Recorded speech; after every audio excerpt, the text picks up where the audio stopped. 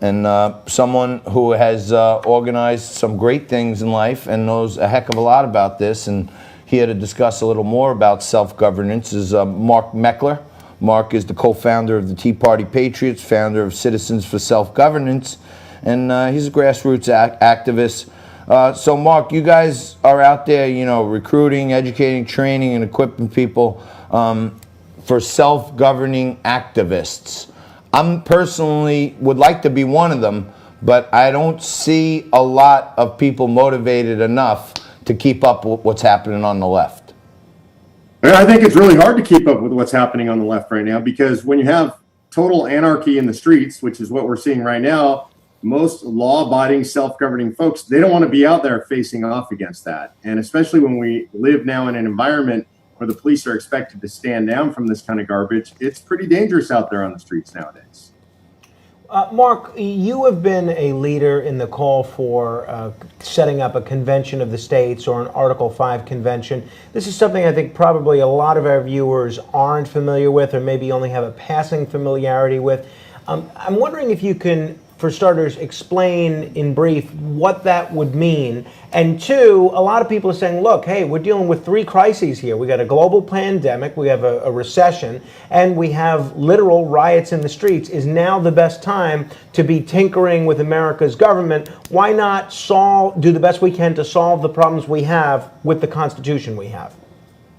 Sure. Well, I would start with where it comes from is Article 5 of the Constitution. And what the founders told us back in 1787 is there would absolutely come a time when the federal government was no longer responsive to the people. And I think we see this now, all three branches essentially conspiring against the American people. We just saw this in Supreme Court decisions that came down this week. Congress doesn't seem to act on our behalf. Most people want term limits. Most people want a balanced budget. Most people want a smaller government that's not so involved in their lives. And Congress will never do any of that. The presidency, the courts are not going to do that for us. And so the founders gave us Article 5 as a way that we could get together as states and propose amendments to restrain federal tyranny. So that's the purpose of calling a convention. As to whether now is the right time, I think now is the time. Currently, we have 31 states with both houses of the legislatures controlled by Republicans. In other words, Republicans or conservatives would control a convention. And it's important to remember that anything that comes out of a convention still has to be ratified by 38 states. So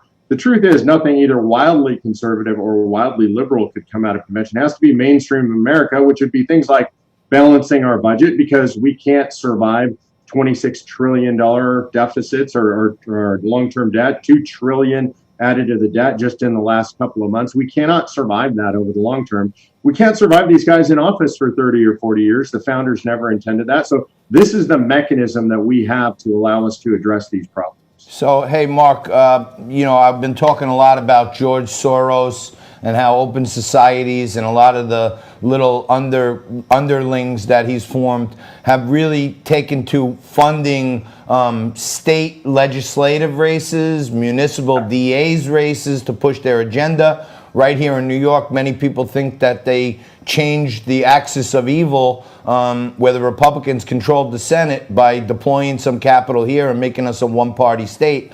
Don't we run a risk? I think, you know this better than me. I think you need 75% of the states to actually reopen the Constitution.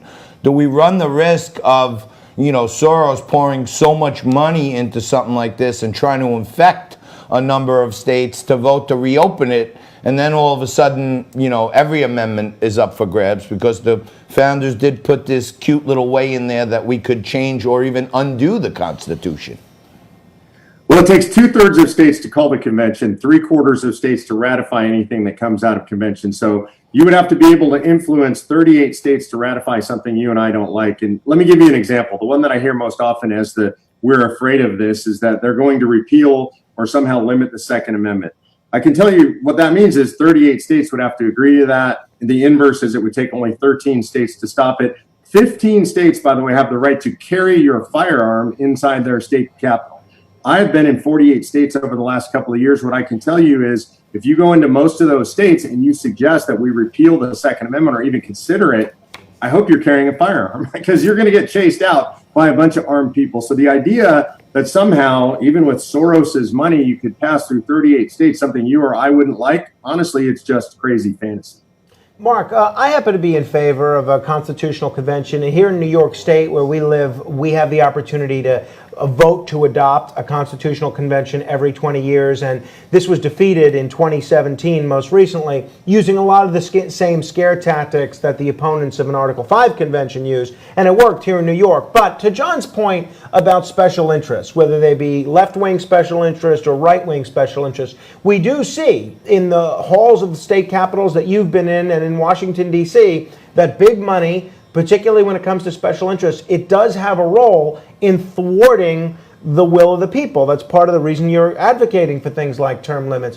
What would stop a George Soros on the left or a Koch brothers on the right from putting all sorts of money in terms of a lobbying campaign and in terms of actual direct funding of convention delegates to have this radical caucus in a sort of Article 5 convention? I mean, first of all, nothing would stop it. I want to be really open and honest about this. Anybody who says that special interests aren't going to spend money to influence this thing, that's just a hallucination. But there's always been big money in American politics, all the way back to 1787. You know, we have this sort of fantasy view of the convention of 1787 that everybody who was in there was pure as the driven snow. Nobody had any special interest. Nobody had their own financial interest in mind or their own power interest. This is not true. And because this is just human nature, it's always been this way in American politics, and it will always be this way. The question is, do we have the systemic balances to balance that out? And I would argue in a convention of states, it's absolute for sure, because it takes 3/4 of states to ratify anything that comes out of convention. And look, I'll put out a challenge to you guys and your listeners that I put out to literally millions of people across the country. If you're worried about this, and I understand that, then you craft the amendment, tell me what the amendment is that you wouldn't like, and then give me a list of the 38 states that you believe would ratify it. Now, I've made this offer to millions of people on national TV, radio, shows like yours. Not one person's ever sent me that amendment with that list because it just simply can't be done. Understood. So, listen, in our last minute or so here, this cancel culture is really going wild. There's a great piece out there about, this church, that was kicked out of 2 high schools where they held services because the pastor liked a tweet by a conservative commentator. I'm sure there's a lot of places where people are liking tweets from progressive and left-wing. How come only the right is getting canceled here? Yeah, this is in Alabama. This is the Church of the Highlands, the biggest church in Alabama. And I see all the headlines say a controversial figure. It was Charlie Kirk, all right, of Turning Point USA. I don't consider him a controversial figure. And in fact, most high school students, or at least conservative high school students all across the country, really like Charlie Kirk and what he's doing for young people. So all this is an effort to cancel conservatism, to cancel conservatives. Anybody with any kind of a center-right or right-wing perspective is persona non grata in these public institutions. By the way, these guys are going to lose a lawsuit. There's going to be a lawsuit against them. They're absolutely going to lose it. The government cannot exclude somebody based on point of view, and that's what was done here. All right, we're going to have to leave it there. Mark Meckler, thank you so much. Mark was the co-founder of the Tea Party Patriots and currently founder of Citizens for Self-Government. And thank you very much. Really appreciate you joining us today, Mark. Thanks for having me, gentlemen. All right, my pleasure. All right, you're watching Liquid Lunch. Lots going on. And Frankie and I are going to come back in just a few here and break down all the news of the day you ever wanted.